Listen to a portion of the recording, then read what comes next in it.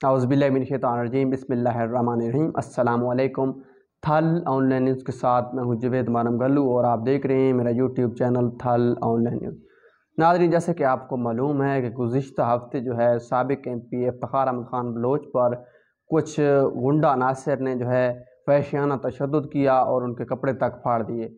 और उनकी वीडियो जो है तशद्दुद वाली वो वायरल कर दी, जिससे इलाका में खौफ और हाल फैलने के साथ साथ जो बलोच बिरादरी थी वो शदीद मुश्तइल हो गई है और अब इलाका PP 124 का जो अमन है वो तबाही के दहाने पर पहुँच चुका है। कत्ल गारत का खदशा पैदा हो चुका है।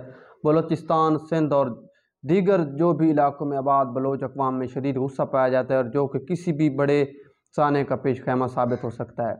नाज़रीन, इस वाक़े की हर सिविल सोसाइटी, हर किसी ने मजम्मत की और इस वाक़े को इंसानियत सोज़ वाक़ा करार दे दिया, मगर ज़ात सहाफ़त के हामिल इमरान अहमद ख़ान, इमरान रियाज़ ख़ान, जो कि एक ही जमात की नुमाइंदगी के तौर पर सहाफ़त करते हैं और यकतरफ़ा होकर चलते हैं और पाकिस्तान तहरीक इंसाफ के रहनुमा उनको कहा जाए तो बेजा ना होगा, उन्होंने जो है इफ्तिखार अहमद ख़ान बलोच को जो है मुनहरिफ रुकन सूबाई असम्बली पंजाब करार दिया और उनकी वीडियो पे तबसरा करते हुए कहा कि मुझे ये एहतसाब पसंद है और मेरी ख्वाहिश है कि सब के साथ ऐसा होना चाहिए।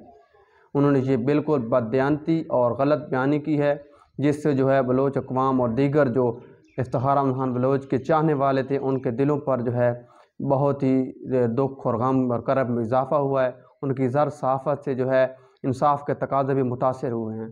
तो मैं इमरान रियाज़ ख़ान को बताना चाहता हूँ कि इफ्तिखार अहमद ख़ान बलोच जो कि झंग उस वक्त PP 81 था झंग का, वहाँ से 3 बार MP मुंतखब हुए और एक बार उनके चचा जान मोहम्मद ख़ान बलोच साहब MP मुंतखब हुए। वो पहले आज़ाद हैसियत से 2008 में उन्होंने इलेक्शन में हिस्सा लिया, हुक्का उनका इंतखाबी निशान था। उसके बाद वो पाकिस्तान मुस्लिम लीग नून में शामिल हुए और 2013 में फिर उन्होंने शेर के निशान पर इलेक्शन लड़ा। दो साल बाद वो नायल हुए, फिर उनके चचा मोहम्मद ख़ान बलोच साहब MP नून लीग के मुंतखब हुए। 2018 में उन्होंने आज़ाद हैसियत से इलेक्शन में हिस्सा लिया और उनकी बेटी ने हिस्सा लिया PP 124 से MP के इलेक्शन पर। उन्होंने 19,000 वोट अलीशा इफ्तिखार बलोच ने हासिल किए और NA 114 से उनकी बेटी ने जो है 65,000 से ज़ायद वोट हासिल किए। वो आज़ाद हैसियत से इलेक्शन में हिस्सा ले रहे थे और अब भी वो पाकिस्तान मुस्लिम लीग नून या PTI किसी भी जमात में शामिल ना थे और 2018 के बाद वो किसी भी असम्बली के लिए मुंतखब नहीं हो पाए।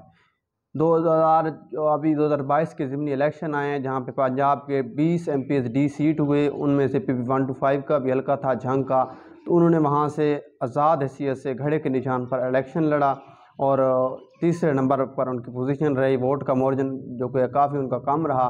पाकिस्तान तहरीक लब्बैक की उनको हिमायत हासिल थी और उन्होंने आज़ाद हैसियत से जो है इलेक्शन लड़ा है। वो मुनहरिफ रुकन नहीं थे बल्कि वो हमेशा से आज़ाद इलेक्शन, उन्होंने ज़्यादातर इलेक्शन जो है वो आज़ाद लड़े हैं। मगर आपने अपने किसी के कहने पर ये तबसरा जो दिया है, इससे आपकी सहाफ़त मज़ीद मशकूक हो रही है। आप एक ही जमात के तर्जमान बने हुए हैं और ज़र सहाफ़त के हामिल हैं। आपको चाहिए कि इस जो आपने सारा मामला किया है इस पर बलोच कौम से माफ़ी मांगें, उनके जज्बात से ना खेलें। ये एक बहुत बड़ा इंसानियत सोज़ वाक़या है जिसके ख़िलाफ़ जो है हर तबका ने जो है मजम्मत की है और करनी चाहिए, क्योंकि ऐसे वाक़यात जो है सियासत में होना नाकाबिल कबूल हैं। क्योंकि सियासत जो है वो सियासत में बयानबाजी भी होती है और कुछ बातें ऐसी होती हैं जो मुखालफिन की नाकाबिल बर्दाश्त होती हैं, मगर सियासत में सब कुछ कबूल करना पड़ता है।